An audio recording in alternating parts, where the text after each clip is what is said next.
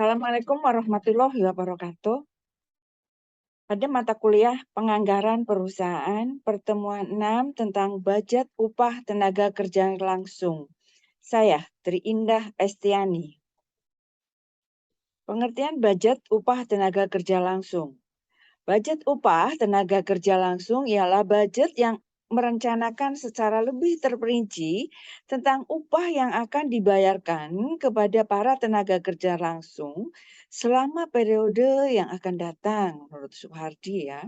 Sedangkan yang dimaksud dengan tenaga kerja langsung ialah para tenaga kerja yang langsung menangani kegiatan, proses, hal-hal yang dipertimbangkan dalam perencanaan tenaga kerja antara lain adalah kebutuhan tenaga kerja, pencarian atau penarikan tenaga kerja, latihan bagi tenaga kerja baru, evaluasi dan spesifikasi pekerjaan bagi tenaga kerja, gaji dan upah yang harus diterima oleh tenaga kerja, pengawasan tenaga kerja, fungsi perencanaan dan pengendalian anggaran tenaga kerja langsung. Penyusunan anggaran tenaga kerja langsung yang baik dapat memberikan keuntungan bagi perusahaan, yaitu sebagai berikut: penggunaan tenaga kerja lebih efisien, biaya tenaga kerja dapat direncanakan dan diatur lebih efisien, penghitungan harga pokok barang dapat dihitung secara tepat, alat pengendalian tenaga kerja langsung. Kegunaan budget upah tenaga kerja langsung sebagai dasar untuk menyusun anggaran harga pokok produksi bersama-sama dengan anggaran bahan baku dan anggaran BOP. Sebagai dasar untuk menyusun anggaran harga pokok penjualan bersama dengan anggaran bahan baku dan anggaran BOP. Ketiga, sebagai dasar menyusun anggaran kas. Keempat, sebagai dasar untuk menentukan kebijakan tentang pemberian beban kerja kepada para karyawan agar seimbang dan adil. Data dan informasi untuk menyusun anggaran upah tenaga kerja langsung. Rencana produksi yang tertuang dalam anggaran unit yang akan diproduksikan, khususnya tentang jumlah atau kualitas dari masing-masing jenis barang yang akan diproduksikan dari waktu ke waktu atau bulan ke bulan selama periode tertentu yang akan datang. Berbagai standar waktu atau time standar untuk pengerjaan proses produksi yang ditetapkan dan berlaku di perusahaan. Sistem pembayaran upah yang berlaku di perusahaan. Sistem dan upah perencanaan tingkat upah ada sistem upah menurut waktu, sistem upah menurut unit hasil, sistem upah dengan insentif. Sistem upah menurut waktu. Sistem upah menurut waktu adalah yang menentukan bahwa besar kecilnya upah akan dibayarkan kepada masing-masing tenaga kerja tergantung pada banyak sedikitnya waktu kerja mereka. Keuntungan sistem upah menurut waktu. Para tenaga kerja tidak perlu terburu-buru dalam menjalankan pekerjaan karena banyak sedikitnya unit yang mampu mereka selesaikan tidak terpengaruh pada besar kecilnya upah yang mereka terima. Dengan demikian, kualitas barang yang diproduksi akan dapat terjaga. Kedua, bagi para tenaga kerja yang kurang terampil, sistem upah ini dapat memberi ketenangan dalam bekerja karena walaupun mereka kurang bisa menyelesaikan unit yang banyak, mereka akan tetap memperoleh upah yang sama dengan yang diterima oleh tenaga kerja lain. Sistem upah menurut waktu. Kerugian sistem upah menurut waktu yaitu, pertama, para tenaga kerja yang terampil akan mengalami kekecewaan karena kelebihan mereka tidak dapat dimanfaatkan untuk memperoleh upah yang lebih besar dibanding para tenaga kerja yang kurang terampil. Sehingga tenaga kerja yang terampil kurang bersemangat dalam bekerja. Dua, adanya kecenderungan para pekerja untuk bekerja lamban. Karena besar kecilnya unit yang dihasilkan tidak berpengaruh pada besar kecilnya upah yang mereka terima. Sistem upah menurut unit hasil. Sistem upah menurut unit hasil adalah yang menentukan besar kecilnya upah yang diterima tenaga kerja tergantung pada banyaknya unit yang dihasilkan. Semakin banyak unit yang dihasilkan, semakin banyak upah yang diterima. Ini menurut Catur Sasongko. Keuntungan sistem upah menurut unit hasil yaitu pertama, para tenaga kerja yang terampil akan mempunyai semangat kerja yang tinggi dan akan menunjukkan kelebihan keterampilannya karena besar kecilnya unit yang dihasilkan akan menentukan besar kecilnya upah yang akan mereka terima. Akibatnya, produktivitas perusahaan meningkat. Kedua, adanya kecenderungan pekerja untuk bekerja lebih semangat agar memperoleh upah yang lebih besar. Sistem upah menurut unit hasil. Kerugian sistem upah menurut unit hasil yaitu pertama, para pekerja akan bekerja terburu-buru sehingga kualitas barang kurang terjaga. Kedua, para pekerja yang kurang terampil akan selalu memperoleh upah yang rendah. Akibatnya, mereka kurang mempunyai semangat kerja. Sistem upah dengan insentif. Dalam menentukan besar kecilnya upah yang akan dibayarkan kepada masing-masing tenaga kerja, tergantung pada waktu lamanya bekerja, jumlah unit yang dihasilkan ditambah dengan insentif atau tambahan upah yang besar kecilnya didasarkan pada prestasi dan keterampilan kerja pegawai. Sistem upah dengan insentif sering dianggap sebagai gabungan antara sistem upah menurut waktu dengan sistem upah menurut unit hasil. Sistem upah ini diharapkan akan memperoleh keuntungan dari kedua sistem tersebut. Namun, sistem ini juga memiliki kerugian, yaitu sistem ini memerlukan sistem administrasi yang rumit, sehingga memerlukan tambahan pegawai di bagian administrasi. Terdapat beberapa cara yang dapat digunakan untuk menentukan tarif upah, yaitu dengan pertama, rata-rata tingkat upah. Penentuan tarif upah dalam suatu departemen atau pusat biaya dapat dilakukan dengan membuat estimasi jumlah pekerja dan tingkat upah, kemudian dihitung rata-rata upah. Kedua, rasio historis. Rasio historis antara jumlah upah yang dibayar dengan jumlah jam kerja langsung dalam suatu departemen dapat berubah bila kondisi berubah. Standar akuntansi. Penentuan tarif upah dapat sama dengan standar akuntansi biaya. Hal ini hanya dapat diterapkan jika perusahaan telah memakai sistem akuntansi biaya standar untuk upah, sehingga tidak perlu dibedakan antara standar dengan anggaran. Penentuan standar jam tenaga kerja langsung.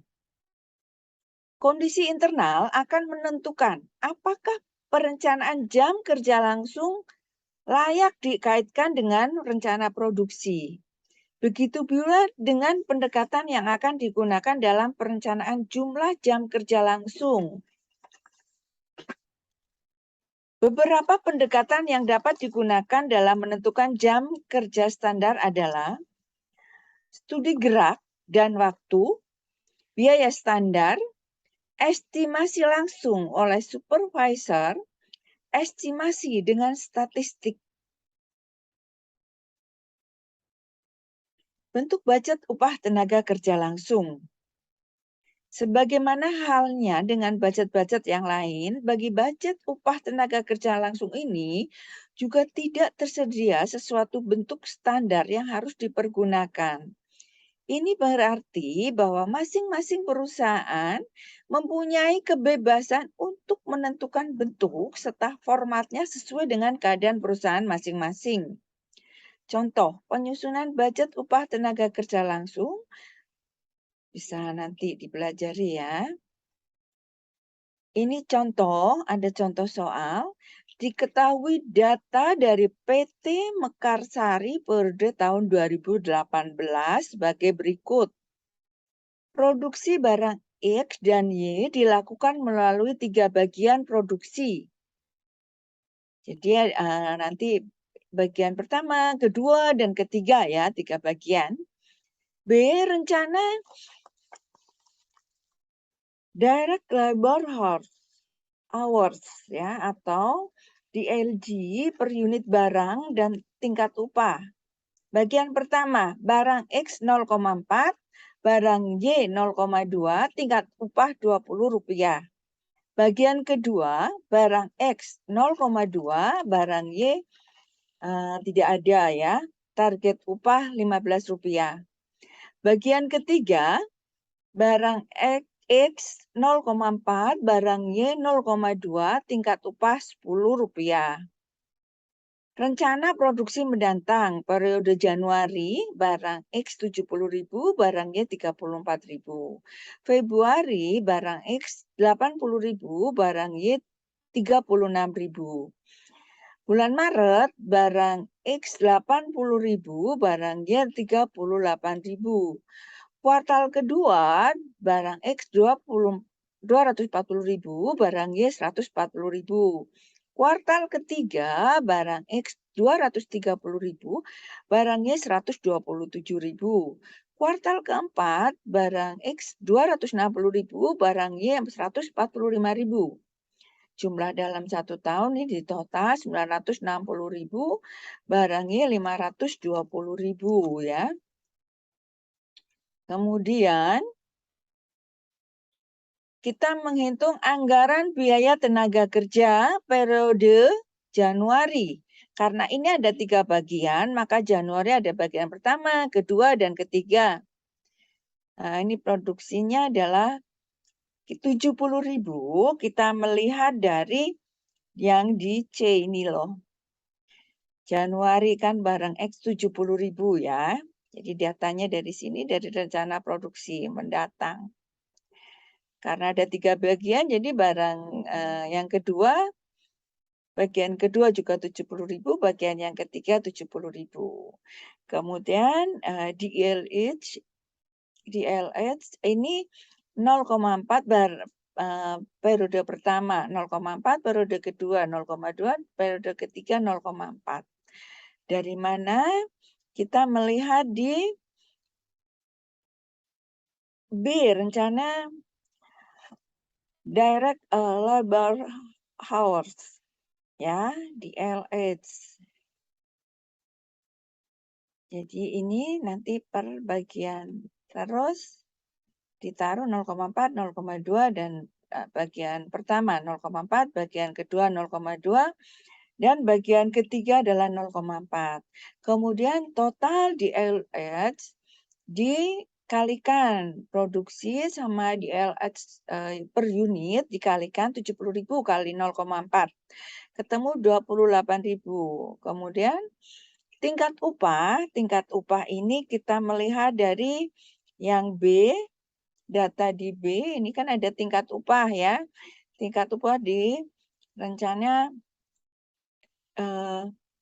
DLH ya, dan ada 20.000. Bagian pertama 20.000, tingkat upahnya bagian kedua 15.000, di bagian ketiga 10.000. Kita pindahin ke sini ya. Tingkat upah 20, bagian pertama, bagian kedua 15, bagian ketiga 10. Kemudian dikalikan ya antara total DLH dengan tingkat upah. Ketemunya 28.000 kali 20. Ketemunya 560.000. Kemudian bagian yang kedua 14.000 kali Rp15. Jadi ketemunya adalah 210.000. Bagian yang ketiga 28.000 kali tingkat upah ya Rp10, jadi ketemunya 280.000. Begitu juga dengan yang barang Y. Produksinya kita lihat produksi barang Y. Barang Y ini kita lihat juga di rencana produksi mendatang barang Y kan 34.000. Karena menurut data itu ada 3 bagian. Lihat nih ya, akan ada ketentuan barang ini yang dilakukan melalui 3 bagian produksi. Jadi dilakukan melalui 3 bagian. 34.000 produksi yang pertama. Yang kedua karena tidak ada, ketiga ada 34.000.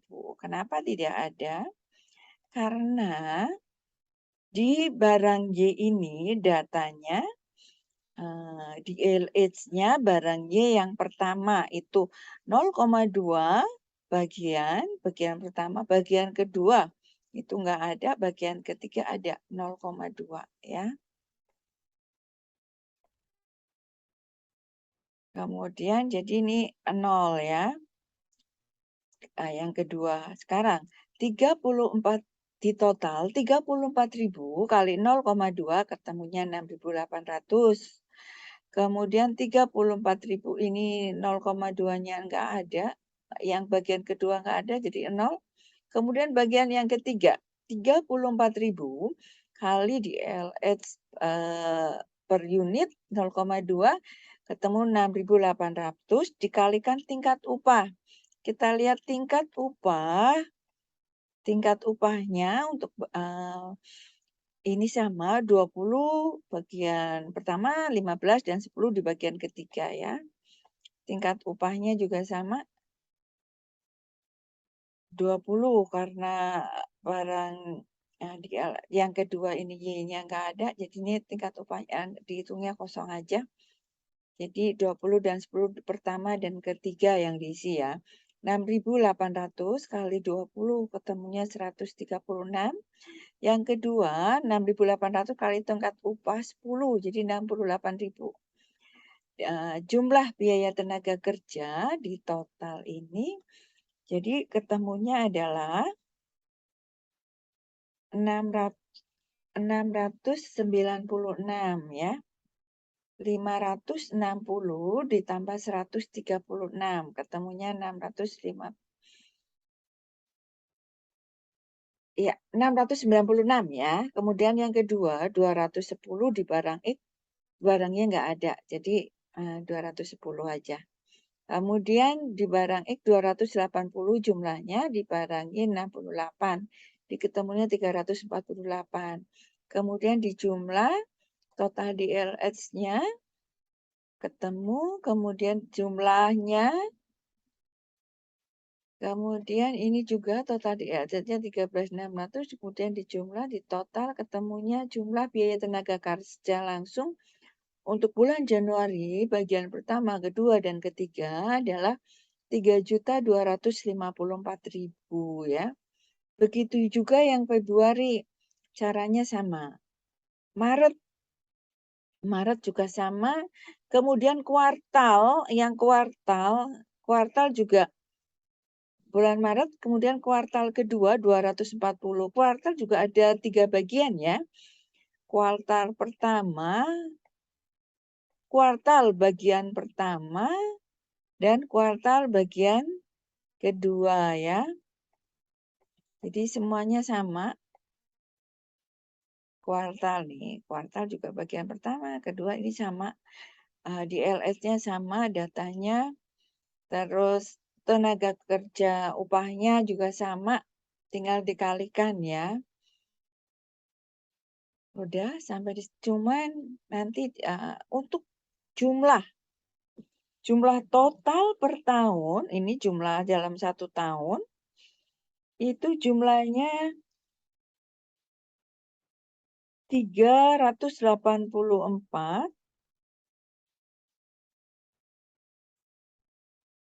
Datanya ini berapa ya? Oh, salah. 960.000 untuk total DLH ya, 960.000. Kemudian jumlahnya 14 kali total upah. Kalau tingkat upah itu di total adalah 14.400.000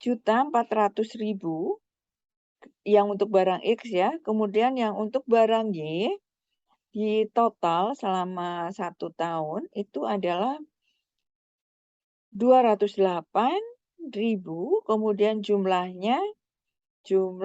total DLH dan tingkat upah dikalikan ketemunya 3.120.000. Kemudian jumlah biaya tenaga kerja yang ditotal antara X dan Y ketemunya adalah 17.520.000. Kemudian anggaran jam kerja langsung tahun 2019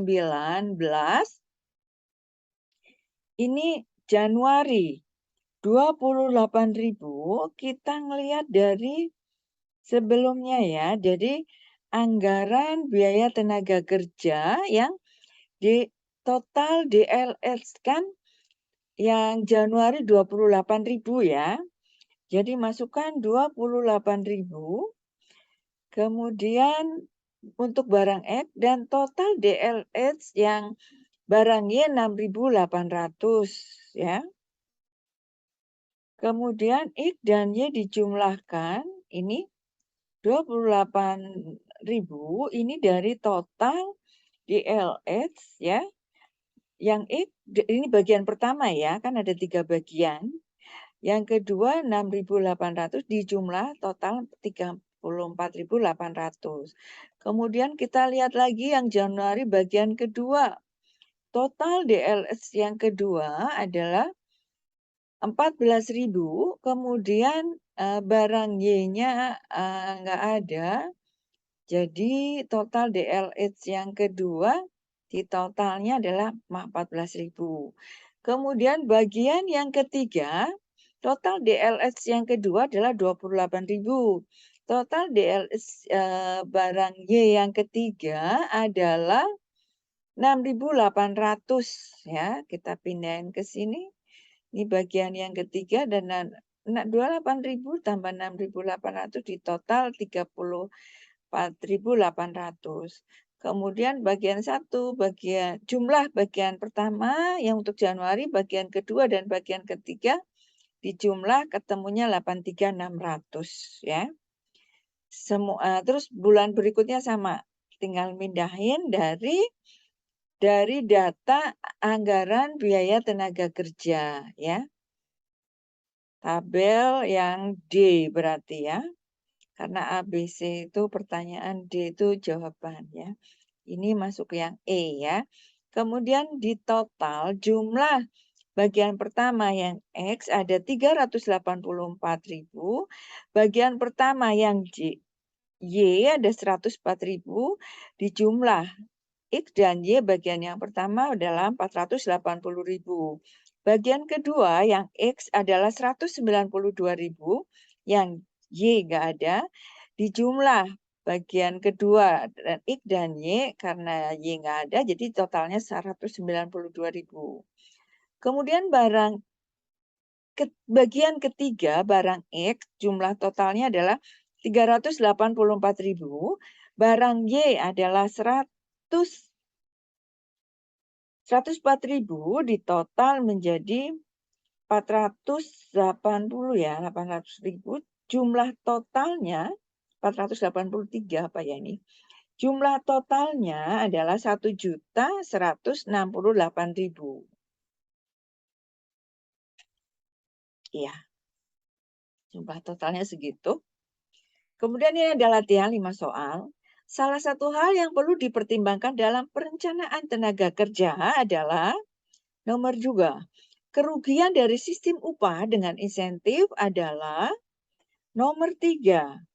Penentuan tarif upah dalam suatu departemen atau pusat biaya dapat dilakukan dengan membuat estimasi jumlah pekerja dan tingkat upah disebut dengan Nomor 4, salah satu keuntungan dari sistem upah menurut unit hasil yaitu nomor 5, salah satu kerugian dari sistem upah menurut unit hasil yaitu di pertemuan 6 ini ada simulasi UTS ya.